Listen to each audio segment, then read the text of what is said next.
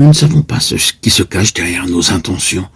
Il nous faut entrer dans une école très sévère du Saint-Esprit pour arriver à découvrir que, aux yeux de notre Seigneur, nos intentions les meilleures sont corrompues et que nos mobiles les plus purs sont souillés. Quelque part, à la source des choses, nous croyons être pour Dieu. Il y a le moi. Nous ne pouvons pas produire par notre propre nature quelque chose qui soit acceptable à Dieu. Tout ce qui pourra parvenir jusqu'à Dieu ne se trouvera jamais qu'en Christ seul, et non pas en nous. Ce ne sera jamais dans cette vie, en nous, comme venant de nous. C'est là la différence qu'il y aura toujours entre Christ et nous-mêmes. Bien qu'il demeure en nous, il reste lui seul l'objet du bon plaisir et de la satisfaction de Dieu. Et la seule leçon fondamentale que vous et moi nous ayons à apprendre durant cette vie, sous l'enseignement et la révélation et la discipline du Saint-Esprit, c'est qu'il est, lui, autre que nous.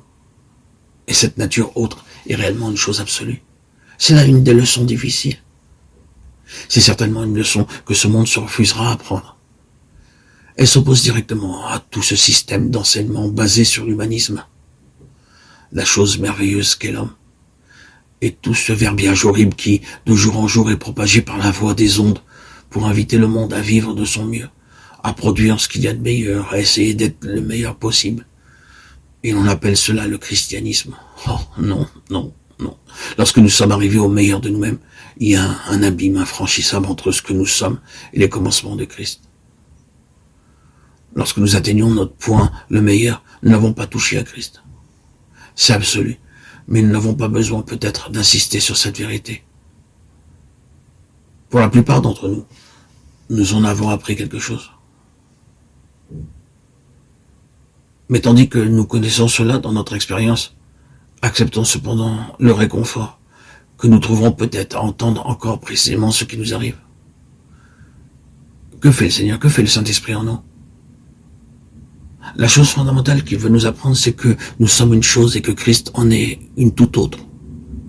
C'est la leçon la plus importante que nous ayons à apprendre, car il ne saurait y avoir rien de constructif avant que nous la possédions. La toute première, c'est donc la nature entièrement autre de Christ, en opposition absolue avec la nôtre. Le Saint-Esprit nous met ensuite en face de la possibilité absolue qu'il y a pour nous d'arriver jamais à être cela par nous-mêmes. Nous le voyons. Dieu a déterminé sa mesure. Dieu a présenté son modèle. Dieu nous a donné l'objet auquel il veut que nous soyons rendus conformes. Et la chose à laquelle nous nous heurtons ensuite, c'est l'impossibilité absolue qu'il y a pour nous à devenir cela. Non pas par nous-mêmes. Nous ne le pouvons pas. N'avons-nous pas encore appris cette leçon de désespoir? Est-il nécessaire au Saint-Esprit de nous amener à désespérer encore et toujours et à nouveau? Pourquoi ne pas désespérer définitivement et en finir une fois pour toutes? Pourquoi avoir à désespérer encore de jour en jour? C'est tout simplement parce que nous cherchons encore quelque chose quelque part en nous-mêmes, quelques lambeaux de bonté que nous puissions présenter à Dieu pour le satisfaire, lui être agréable et répondre à ses exigences. Nous ne le trouverons jamais. Reconnaissons-le. Toutes nos œuvres de justice sont comme un vêtement souillé. Nos œuvres de justice, tous ces efforts que nous faisons pour être justes, oui, le Seigneur dit de cela, vêtements souillés. Reconnaissons cela une fois pour toutes. Si nous regardons au-delà de ce que nous affirmons ici, nous verrons où cela doit nous conduire. Cela nous conduit à la position la plus glorieuse. Cela nous conduit à cette fin glorieuse que le Seigneur Jésus désigne de cette manière.